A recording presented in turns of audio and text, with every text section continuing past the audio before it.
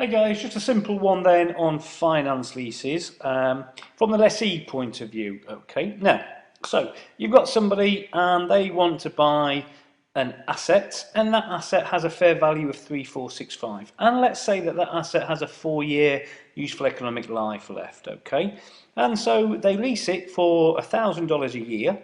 It's a 4-year lease and it's paid in arrears. Okay, so the interest rate explicit in the lease or implicit in the lease is 6%, and this is how the figures would look basically for the lease. You would have in the first year an opening balance of 3465, which is the fair value of your item.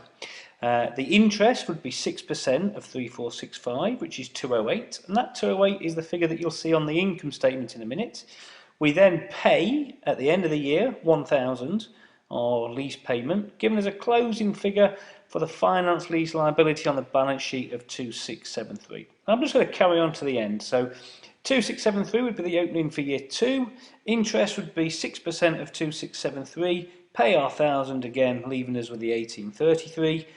Same again, interest 6% of 1833. Make our payment, leaving us with 943. And then finally, in the final year, 6% of 943 is 57. That means we owe 1,000, pay it off, closing balance is 0.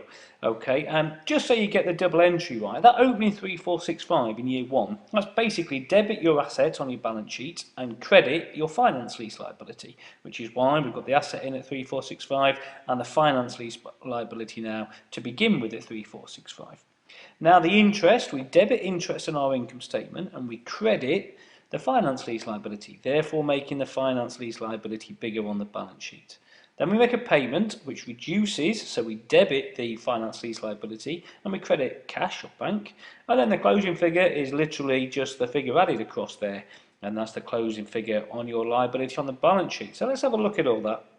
We started off with 3465. Don't forget though, as it's a finance lease, that's now, we control it, substance over form. We have it for the majority of its useful economic life. We're paying, depreciate it over the length of the lease, 4 years.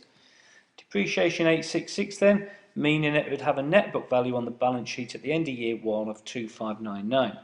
That finance lease liability though, that won't be at 3465 anymore, if you remember, because we'll have had interest added onto it and the payment taken off it, and so therefore that will have a closing balance of 2673, and the interest charge on the income statement in year 1, if you go back and have a look, was 208, and that's how it all look. You can of course split the finance lease liability in between less than a year and more than a year as well. Let's have a look at another one then.